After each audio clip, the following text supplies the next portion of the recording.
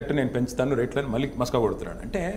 ఇట్లా ఎన్ని ఉన్నాయంటే వైరుధ్యాలు ఆ మనిషిలో ఎన్ని కోణాలు ఉన్నాయంటే మేమే ఆశ్చర్యపోతున్నాం ఇన్ని లేయర్స్ ఉంటాయి ఒక మనిషిలో కాబట్టి చూడాలి ప్రజలు ఏమైనా కొత్త రాజకీయం నేర్పుతున్నాడా మీకు ఆయన దగ్గర నేర్చుకోవాల్సినవి అంటే 2-3 ఉన్నాయండి అంటే అనధికారిక మంత్రులు పెట్టుకోవడం అనధికారిక మంత్రులు పెట్టుకోవడం నేర్చుకోవచ్చు అధికారులకు వచ్చిన పెట్టండి హైదరాబాద్ లో బడా బడా బిల్డర్ల దగ్గర ఆర్ఆర్ ట్యాక్స్ అని వసూలు చేసి రియల్ ఎస్టేట్ని ఎలా కుదేలు చేయాలి నేర్చుకోవచ్చు స్క్వేర్ ఫీట్కి 150 రూపాయలు ఎలా వసూలు చేయాలి ఇవన్నీ నేర్చుకోవచ్చు ఎలా అమిత్ షా గారికి రూపాయి సంపాదిస్తే 10 పైసలు రాహుల్ గాంధీ నేను ఒక ప్రశ్న అడుగుతాను 30 పైసలు అమిత్ షా గారికి ఇచ్చి ఎలా మేనేజ్ చేసుకోవాలి ఇవన్నీ తెలుసు ఆనెస్టీ ఒక ప్రశ్న అడుగుతాను ఆనెస్ట్గా అడుగుతున్నాను నా ప్రశ్నలనే అలాగే ఉంటాయి నేను కూడా అలాగే ఉంటా మీరు ప్రభుత్వంలో ఉన్నప్పుడు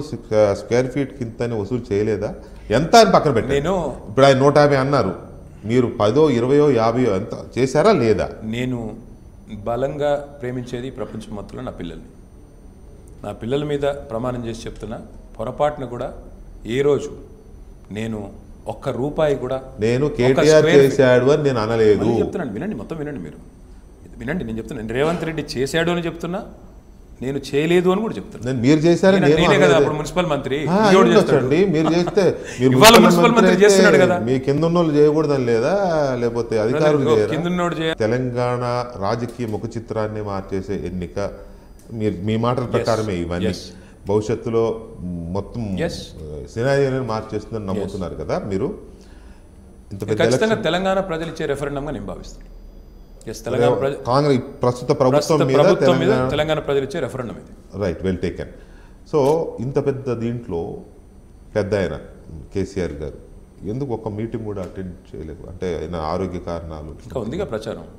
అదే ఉందండి ఇప్పటి వరకు లేదు ఉందా అంటున్నా నా ప్రశ్న మీరు కేసీఆర్ గారు అటాకింగ్ ఎక్కువైపోయిందండి అందరూ రేవంత్ రెడ్డి కనపడుతున్నారు మీకు అందరిలో కేసీఆర్ గారు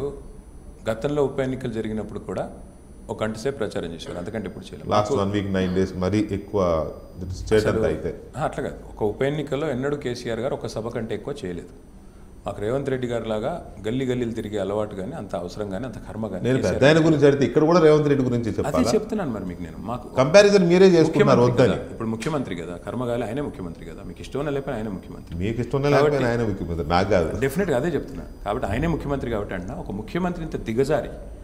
ఒక గల్లీ పట్టుకుని ఒక గల్లీ లీడర్ కంటే హీనంగా తిరుగుతున్న ఎన్నికల్లో కూడా ఓడించబోతా ఉన్నా అది చూడండి చూసిన తర్వాత 14 నాడు మిగతా విషయం ఓడించండి నేను కాదండి నాకేం బాధ లేదు ఓడిపోయినా